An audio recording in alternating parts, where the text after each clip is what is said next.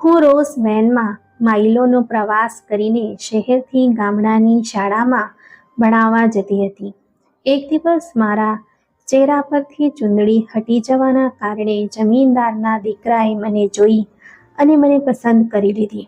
લગ્ન પછી તેણે મને સોના ચાંદીથી લાદી દીધી, ખૂબ પ્રેમ આપ્યો, દરેક જગ્યાની શેર કરાવી. પછી મારી એક ભૂલના કારણે મને છૂટાછેડા આપી દીધા. મેં ફરીથી નોકરી શરૂ કરી દીધી. એક દિવસ હું નોકરી પરથી ઘરે પાછી આવી ત્યારે આ જોઈને મારા પગ નીચેની જમીન. મારા પિતાજી પ્રાઇમરી સ્કૂલ ટીચર હતા અને માતા ઘરમાં વિસ્તારની છોકરીઓને ભણાવતા હતા. મારા પિતાજી મૂળરૂપે ગામના હતા, પણ લગ્ન પછી શહેરમાં આવીને વસી ગયા હતા. આ રીતે અમે ભાઈ બહેન શહેરમાં જ ઉછેર્યા.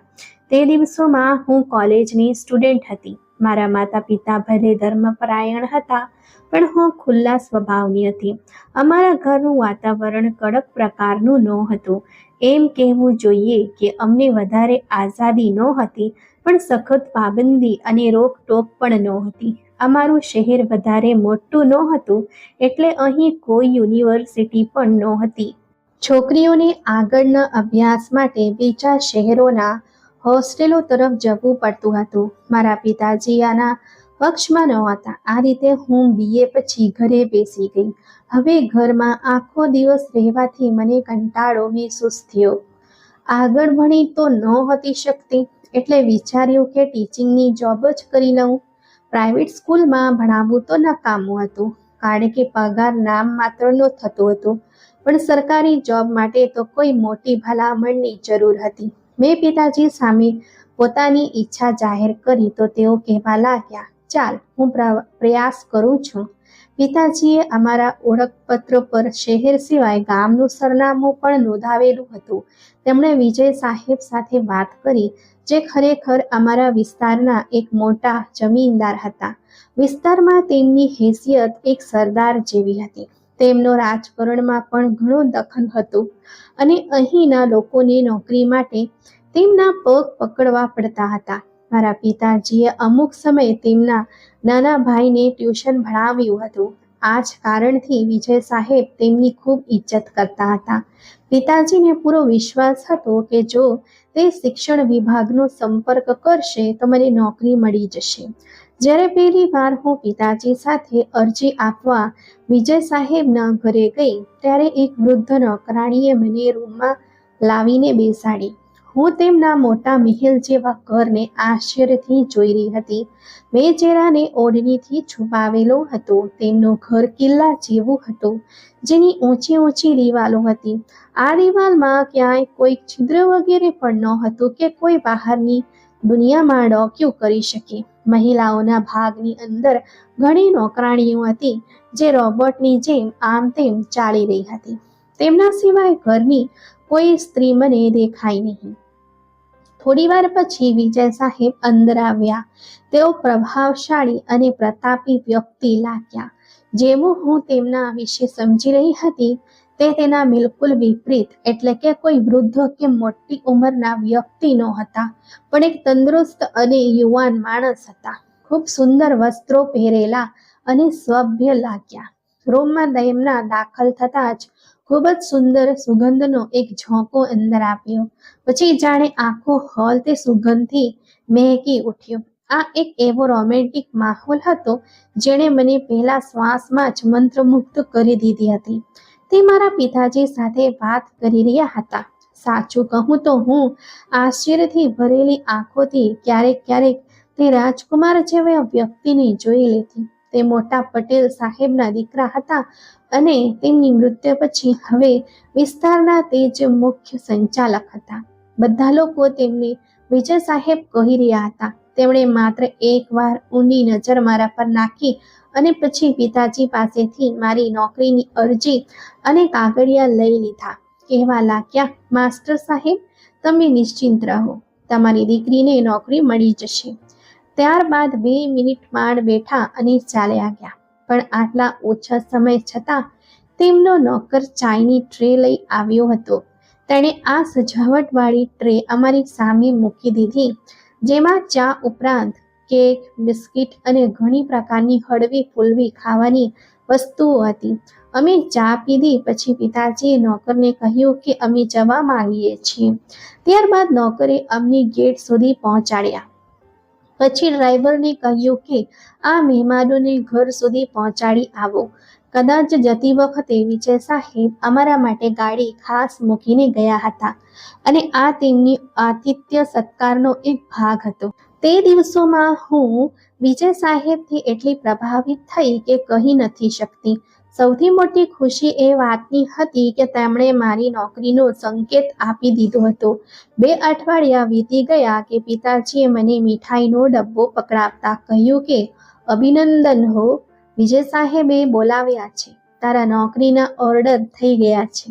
તેમના વિસ્તારમાં એક પ્રાઇમરી સ્કૂલ છે જે વિજય સાહેબે પોતાની જમીન સરકારને દાન આપીને બનાવવાની છે. તેમાં એક લેડી ટીચરની જગ્યા ખાલી હતી. ત્યાં તેમણે તારી નિમણૂક કરાવી દીધી છે. આટલી જલ્દી ઈચ્છા પૂરી થવાની ખુશખબરી સાંભળીને હું ખૂબ ખુશ હતી. વિજય સાહેબની જાદુઈ વ્યક્તિત્વના ગુણ હવે ખુલ્લા પડ્યા હતા. કોઈ પણ રીતે ટ્રેનિંગ પછી મેં સ્કૂલ જોઈન કરી લીધું. અમારા શહેરથી આ સ્કૂલ 20 કિલોમીટર દૂર હતું અને અહીં મારા સહિત માત્ર 5 ટીચર હતી જે બધા શહેરથી જ અહીં નોકરી માટે આપતી હતી. આ રીતે એક ખાસ વેન ટીચર્સને શહેરથી લાવતી અને રજાના સમયે પાછી લઈ જતી. આ વેન દરેક ટીચરને તેના ઘરેથી પિક કરતી હતી. હું પણ તેમાં જ આવવા જવા લાગી. જણાવતી જાઉં કે સ્કૂલની આ વેન પણ વિજય સાહેબની માલિકી હતી. મારા પિતાજી એક પ્રતિષ્ઠિત વ્યક્તિ હતા. કુટુંબમાં ભણેલા ગણેલા હતા એટલે બધા તેમની ઇજ્જત કરતા હતા. હું હવે ગામની સ્કૂલે ભણાવવા જવા લાગી તો કોઈએ પણ વિરોધ ન કર્યો. મને સ્કૂલે જતા 6 મહિના થઈ ગયા. એક દિવસ છૂટી પછી જ્યારે હું અને બીજી ટીચર્સ વેનમાં બેસવા લાગી, સંજોગવશાત તે જ વખતે વિજય સાહેબ પોતાની જમીનોની તપાસ પછી ઘરે પાછા આવી રહ્યા હતા. તેમણે ડ્રાઈવર સાથે 1-2 વાત કરી અને પછી સ્કૂલની પ્રિન્સિપાલને પૂછ્યું કે સ્કૂલને કોઈ ફરિયાદ તો નથી. આશ્ચર્યની વાત છે કે તેના 2 અઠવાડિયા પછી એક દિવસ તે પોતે પોતાની માતાજી સાથે મારા પિતાજી પાસે અમારા ઘરે પધાર્યા અને પિતાજી સાથે મારા સંબંધ માટે વાત કરી. પિતાજી ખૂબ હેરાન હતા. તે તો વિચારી પણ નહોતા શકતા કે આવું પણ થઈ શકે છે. એટલે કે વિસ્તારની પ્રભાવશાળી હસ્તી એક દિવસ માંગણી કરનાર બનીને તેમના દરવાજે આવશે. ત્યારબાદ તેમણે મારી માતાજી સાથે સલાહ કર્યા અને મારી પાસેથી પણ સલાહ લીધી. ચોક્કસપણે આ વાત બધા માટે અવિશ્વસનીય હતી. પછી મારી કિસ્મત ખુલી જવાના વિશ્વાસથી પિતાજીએ હા પાડી દીધી. કુટુંબનો દરેક સભ્ય આ સાંભળીને હેરાન હતો કે હવે મારી લગ્ન વિજય સાથે થઈ જશે. ઘરમાં લગ્નની તૈયારીઓ થવા લાગી. તે લોકોએ ઢગલાબંધ કપડાં, ઘરેણાં અને બીજી વસ્તુઓ મોકલાવી.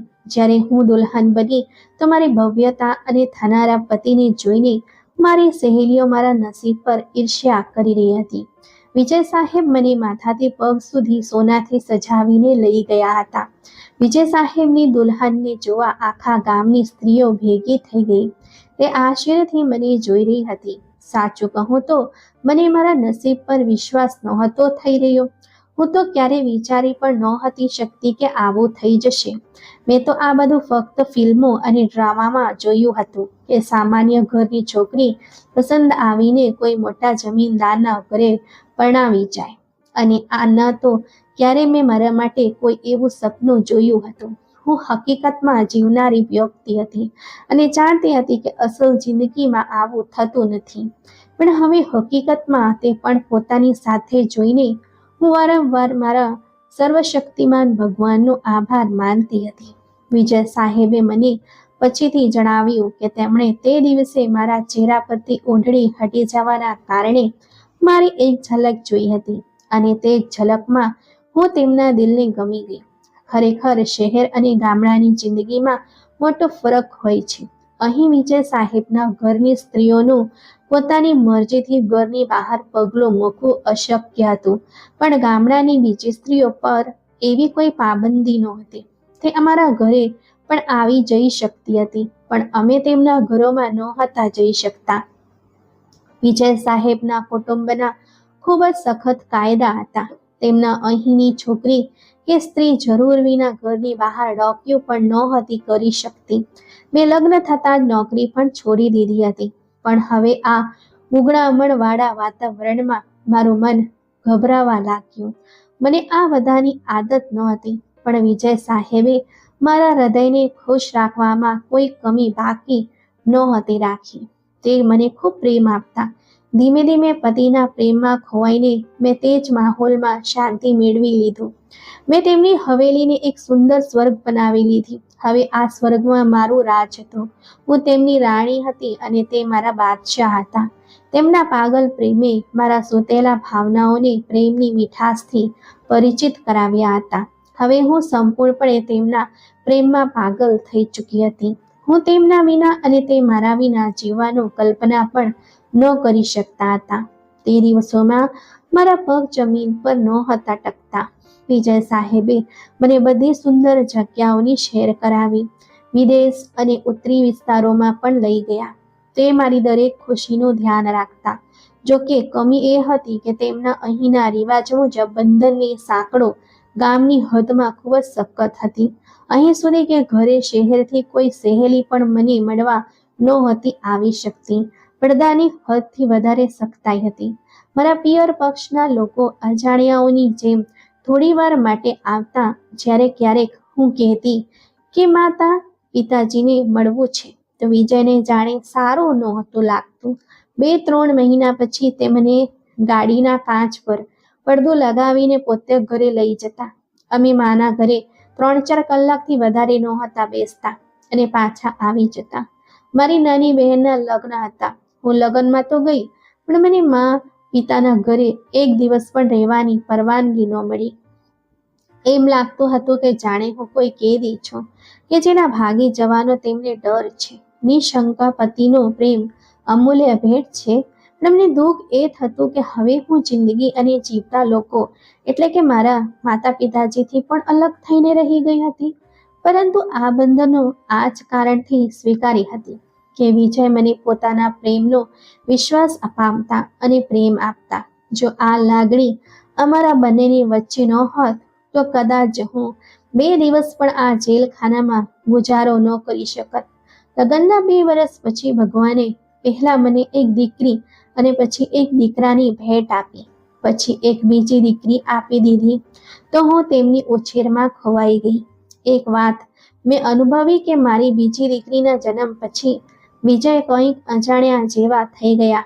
હવે તે પોતાનો વધારે સમય બહાર પસાર કરવા લાગ્યા. મેં અનુભવ્યું પણ ખરું, પણ ચૂપ રહી કે કોઈ પરેશાની હશે.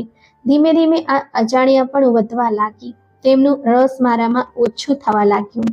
ધીમે ધીમે એવું થવા લાગ્યું કે હવે તે આટલી હદે મારાથી અલગ થઈ ગયા કે હું કોઈ વાતમાં બોલી ન શકતી હતી. તે દરેક વાતમાં મને ધમકાવી દેતા, કહેતા પોતાના કામથી કામ રાખો. હવે અમારા બંનેમાં એક જીવનસાથીનો અહેસાસ ઓછો અનુભવાતો.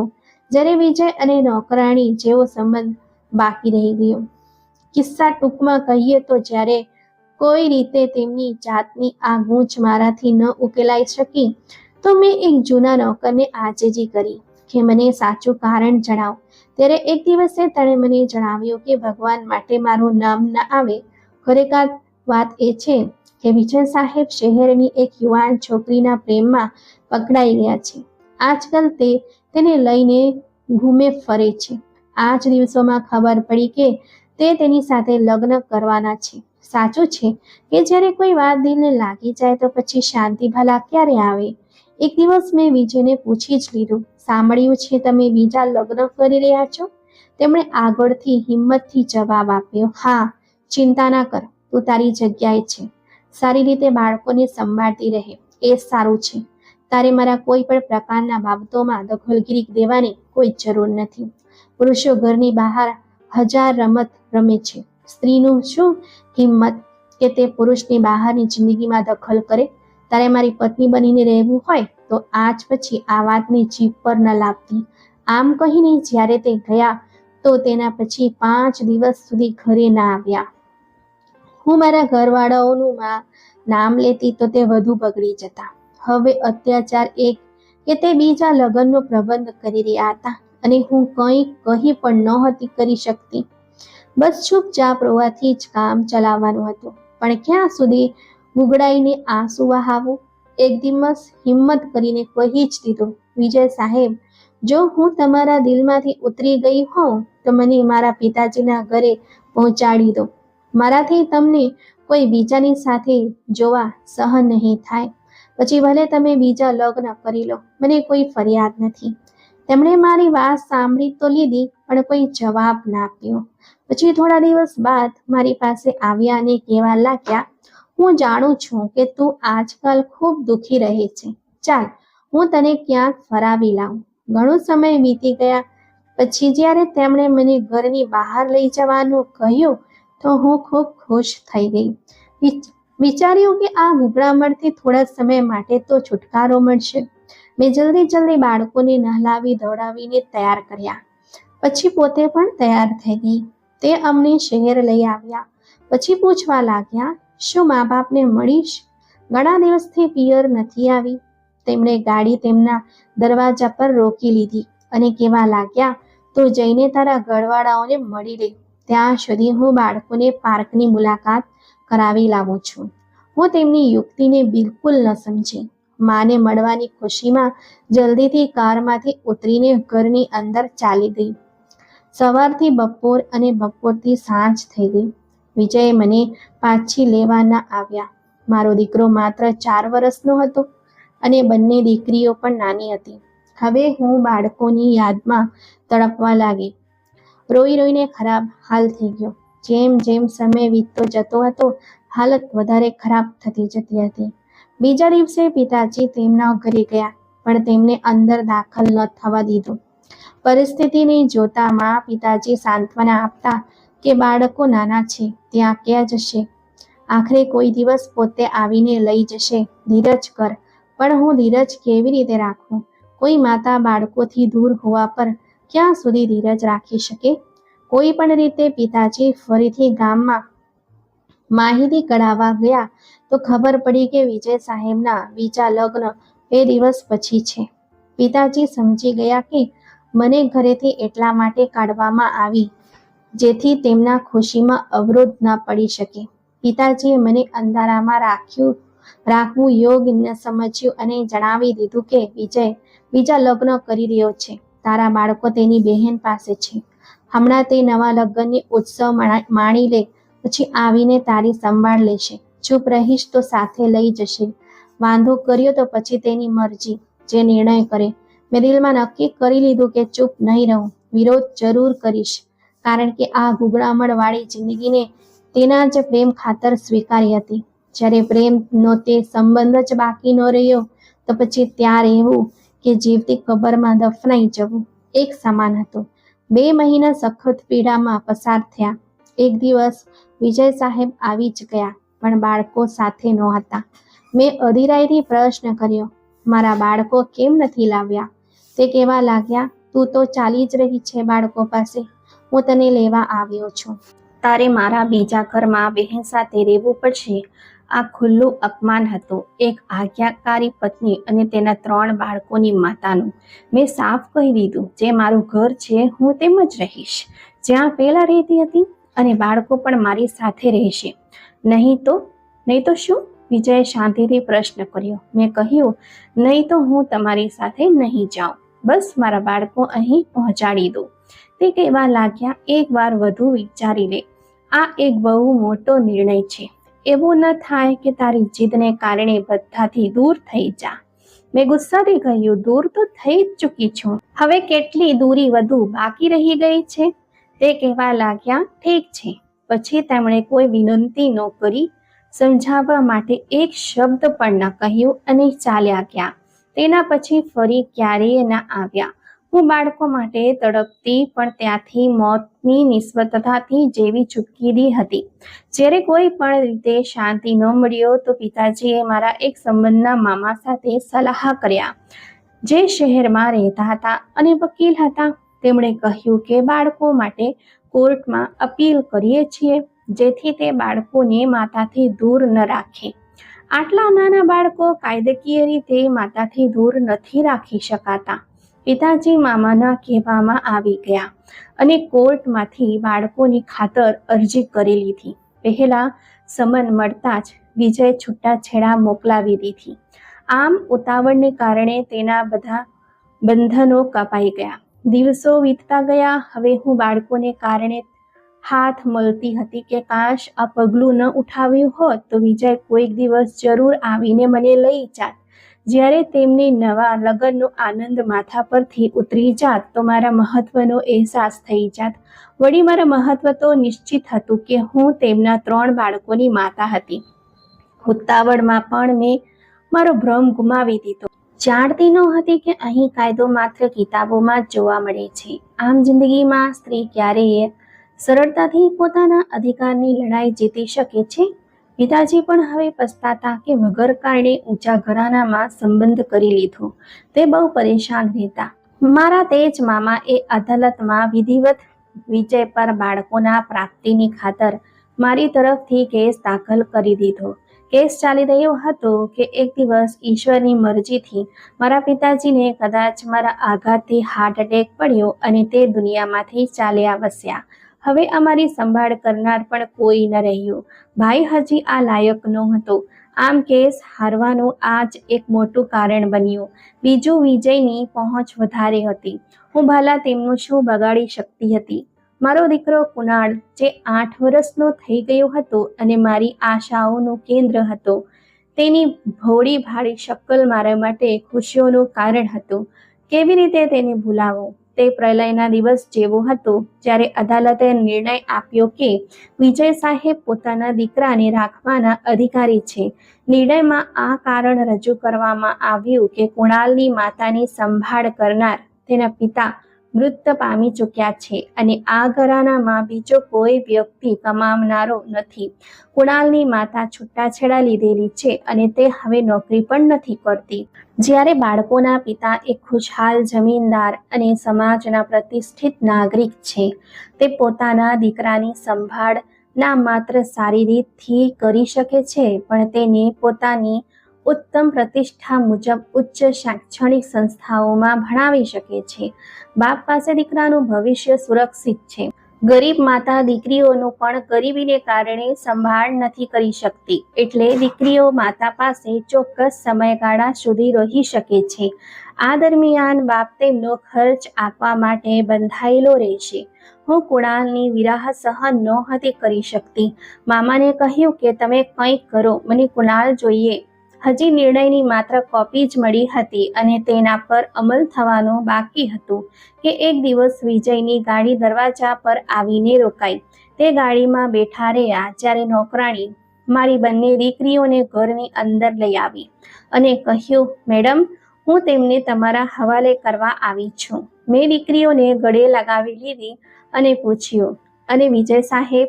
તે કહેવા લાગી, તે ગાડીમાં બેઠા છે. અને કુણાલ? આ પ્રશ્નનો નોકરાણીએ કોઈ જવાબ ન આપ્યો. હું રડવા લાગી અને કહ્યું, તે ક્યાં છે? તેને કેમ મળવા નથી લાવ્યા? જ્યારે અદાલતના નિર્ણય મુજબ તે મારા દીકરાને મને મળવા માટે બંધાયેલા છે. નોકરાણી કહેવા લાગી, કુણાલને તાવ હતો. વિજય સાહેબ બંને દીકરીઓને અમારા હવાલે કરીને ચાલ્યા ગયા. તેના પછી તે ક્યારે અમારા દરવાજા પર ન આવ્યા, પણ તેમની બહેન 1 મહિનામાં 2 વાર અમારા અહીં નિયમિતપણે આવતી હતી. આ વિજયની બહેન વિધવા હતી અને તેમની સાથે જ રહેતી હતી. તે મારી દીકરીઓને મળવા માટે આવતી હતી કારણ કે તેમને દીકરીઓથી ખૂબ પ્રેમ હતો. તેમની જ મુખેથી ખબર પડી કે વિજયની બીજી પત્નીના વર્તન સારા નહોતા. તે કુટુંબીય પત્નીની જેમ ધીરજ અને સહનશીલતાના ગુણોથી ખાલી હતી.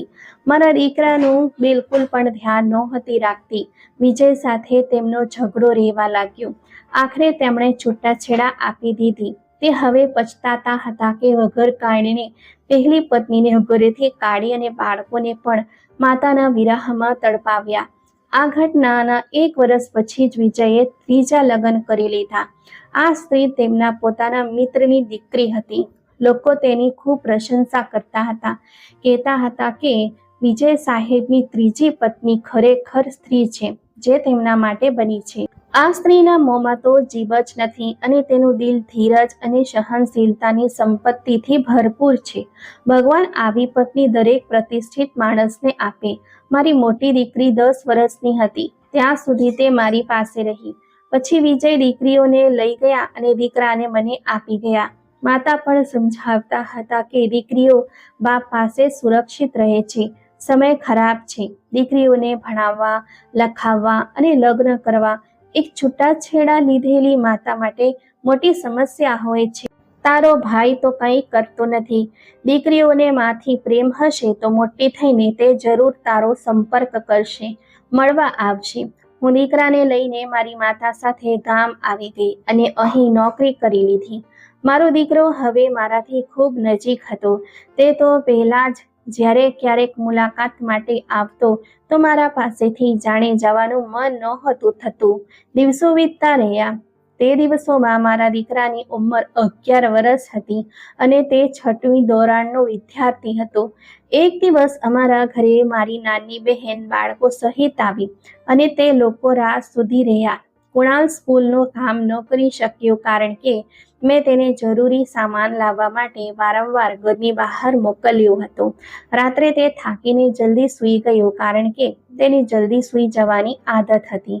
બીજા દિવસે તેણે કહ્યું કે તે સ્કૂલ નથી જવા માંગતો કારણ કે હોમવર્ક નથી કર્યો. ટીચરથી ઠપકો પડશે. ત્યારે જ મેં કહ્યું, બેટા સ્કૂલ જરૂર જા, રજા ના રાખ કારણ કે માં તે દિવસ મારી નાની બહેનના ઘરે ગયા હતા. તેથી મેં વિચાર્યું મારી ઓફિસ ગયા પછી ક્યાંક છોકરાઓ સાથે બહાર જ ન ફરતો રહે. તે પોતે પણ રજા ખૂબ ઓછી રાખતો હતો. તે દિવસ તેને ન જાણે શું થયું કે તેનું દિલ બિલકુલ પણ જવા માટે તૈયાર નહોતું. કોઈ પણ રીતે મેં તેને મજબૂર કર્યો કે તે જરૂર જાય. ત્યારે તે તૈયાર થઈ ગયો અને ચાલ્યો ગયો. પણ ઘણો મોડો પહોંચ્યો હતો. તે વખતે પ્રાર્થના શરૂ થઈ ચૂકી હતી અને બાળકો ક્લાસમાં જઈ ચૂક્યા હતા. તે ભાગતો ભાગતો સ્કૂલ ગેટ પર આવ્યો તો પટ્ટાવાળાએ સ્કૂલમાં દાખલ થવાથી રોકી દીધું કારણ કે પ્રિન્સિપાલનું નિર્દેશ હતું કે મોડા આવનારા બાળકોને અંદર ના આવવા દેવામાં આવે પણ ગેટ પરથી જ પાછા કરી દેવામાં આવે જેથી બાળકો પર વધારે કડકાઈ કરી શકાય. મારા દીકરાએ ઘણી વિનંતી કરી પણ પટ્ટાવાળાએ એક ના સાંભળી અને સ્કૂલ ગેટ બંધ કરી દીધો. આ કહીને કે મેડમનો આદેશ છે, હવે તું આટલી મોઢેથી ક્લાસમાં જઈશ તો મેડમ મારા પર નારાજ થશે. કુણાલ પાછો ફરવા માટે લાચાર થઈ ગયો. જ્યારે તે સડક પર આવ્યો વિચારવા લાગ્યો કે પાછો કેવી રીતે જાઉં. ઘરે તો તાળે લાગેલું હશે, માં તો ઓફિસ હશે, આજે નાની પણ ઘરે નથી. ખરેખર વાત એ હતી કે જ્યારે મેં તેને દરેક હાલમાં સ્કૂલે જવા કહ્યું તો તે બેગ ખોલીને સ્કૂલનું કામ કરવા બેસી ગયો. ત્યારે હું કહેતી રહી ગઈ કે ઊભો થા અને તૈયારી કર, નહીં તો મોડો થઈ જશે. હવે હોમવર્ક કરવાનો સમય નથી. પણ અપમાનથી બચવા માટે તેણે મારી વાત ન સાંભળી અને જલ્દી હોમવર્ક પૂરું કર્યા પછી યુનિફોર્મ પહેર્યો અને નાસ્તો કર્યો વગર ઘરેથી નીકળી ગયો. હું આવાજ દેતી રહી ગઈ. તેને આશા હતી કે જ્યારે સ્કૂલે પહોંચશે તો પ્રાર્થના થઈ રહી હશે પણ પટ્ટાવાળાએ તો આજે ગેટ જ બંધ કરી દીધો. હું પણ તેને સ્કૂલે મોકલતા જ નીકળી જતી હતી. એક ચાવી મા પાસે હતી. તેમણે કુણાલના સ્કૂલેથી આવતા પહેલા પાછા આવી જવાનું હતું. આમ થોડી વાર સુધી મારો દીકરો સ્કૂલની બહાર ઊભો એ જ વિચારતો રહ્યો કે હવે શું કરે. તે ધીમે પગલાં ઉઠાવતો સ્કૂલની સામે ફેલાયેલા ગ્રાઉન્ડ તરફ ચાલ્યો ગયો જ્યાં કેટલાક છોકરાઓ ફૂટબોલ રમી રહ્યા હતા. તે તેમને રમતમાં જોવામાં મગ્ન રહ્યો. થોડી વારમાં ત્યાં એક નિશાન તાકનાર આવી ગયો જેની પાસે નિશાન લગાવવા માટે મોટું કાર્ડબોર્ડ હતું જેના પર ગોળ વર્તુળ બનેલું હતું. છોકરાઓ પોતાને ખેલ છોડીને તેની તરફ દોડ્યા. નિશાન લગાવવાનો આખો ખેલ ખૂબ રસપ્રદ હતો. બાળકો બંદૂકચીને પૈસા આપતા અને તે બંદૂકમાં છર્રા ભરીને છોકરાના હવાલે કરતો. તે વારાફરતી સામે રાખેલા બોર્ડ પર રંગબેરંગી ફુગ્ગાઓને નિશાને લેતા. આ એક એવું રસપ્રદ અને મનમોહી લેનારો દૃશ્ય હતો કે કુણાલ પર ત્યાં જઈને ઊભો રહી ગયો. તેના પછી પણ ઘણા છોકરાઓ નિશાનેબાજી કરવા બંદૂકચી પાસે આવ્યા. આ ઉંમર જ એવી હોય છે. રમત બાળકોનું ધ્યાન પકડી લે છે અને તેમને સમય પસાર થવાનો અનુભવ રહેતો નથી. તે પણ આ જ ઉંમરમાં હતો. છોકરાઓના પૈસા ખતમ થઈ ગયા અને તે પોતપોતાના રસ્તે ચાલ્યા ગયા. કુણાલને પણ વિચાર આવ્યો કે તેના ખિસ્સામાં થોડા પૈસા છે, કારણ કે તેણે 3 દિવસથી પોતાનો જેબ ખર્ચ જમા રાખેલો હતો. તેણે ખિસ્સામાં હાથ નાખ્યો, જેટલા રૂપિયા હતા કાઢી લીધા અને નિશાનેબાજી કરવા લાગ્યો ત્યાં સુધી કે રકમ ખતમ થઈ ગઈ. બંદૂકચી પોતાનું ગત્તું અને બંદૂક ખભા પર લટકાવી અને ચાલવા તૈયાર થયો તો કુણાલને ભાન આવ્યું કે ઘણો સમય પસાર થઈ ગયો છે. તેણે ગભરાઈને તમાશાવાળાને પૂછ્યું, શું ટાઈમ થયો છે? બંદૂકચીએ કાળા પર બંધેલી ઘડિયાળ પર નજર નાખતા કહ્યું, આ ખરાબ છે. તે માણસે જોયું કે છોકરાના ચહેરા પર પરેશાનીના ચિહ્નો દેખાઈ આવ્યા છે.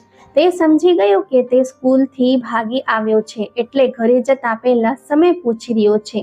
પછી તે કહેવા લાગ્યો, એવું કર કે તું અહીં ઊભો રહીને નિશાન લગાવ, હું તારી પાસેથી પૈસા નહીં લઉં. તે માણસ કહેવા લાગ્યો, હું સામે જઈ રહ્યો છું, ત્યાં મારો ભાઈ રહે છે, મને તરસ લાગી છે, પાણીની બોટલ લાવું છું અને સમય પણ પૂછી લઈશ, ગભરાઈશ નહીં, બસ મારા સામાનનું ધ્યાન રાખજે, હું હમણાં ગયો અને હમણાં આવ્યો. આ કહીને તેણે પણ છર્રાવાળી મારા પ્રિય દીકરાને પકડાવી દીધી અને પોતે તે તરફ ચાલ્યો ગયો. જે જગ્યા હાથના ઈશારાથી બતાવી હતી. ભલે ખૂબ હોશિયાર હોય, બાળક તો પછી બાળક હોય છે. શસ્ત્ર હાથમાં આવતા તે ફરીથી વ્યસ્ત થઈ ગયો, ત્યાં સુધી કે થાકી ગયો. છર્રાઓ પણ ખતમ થઈ ગયા. તેને બગાસા આવવા લાગી, તરસ પણ અનુભવવા લાગી. તેણે ઘણીવાર તે તરફ જોયું, પણ કોઈ આવતું દેખાયું નહીં. થોડીવાર પ્રતીક્ષાની પીડા સહન કર્યા પછી તે નિશાનેબાજનો સામાન ત્યાં જ છોડીને સડક તરફ જવા માટે તૈયાર થયો. તેને ખ્યાલ આવી ગયો કે સ્કૂલની રજા થઈ ચૂકી છે અને હવે તેણે ઘરે ચાલ્યા જવું જોઈએ. હજી તે 2 પગલાં ચાલ્યો હતો કે તે માણસ આવી પહોંચ્યો અને કહેવા લાગ્યો, તું ક્યાં જઈ રહ્યો હતો? મારો સામાન છોડીને? કુણાલે જવાબ આપ્યો કે પોતાના ઘરે જઈ રહ્યો છું. તે કહેવા લાગ્યો, આ વખતે કેવી રીતે જઈશ? સ્કૂલની તો ક્યારની રજા થઈ ગઈ છે.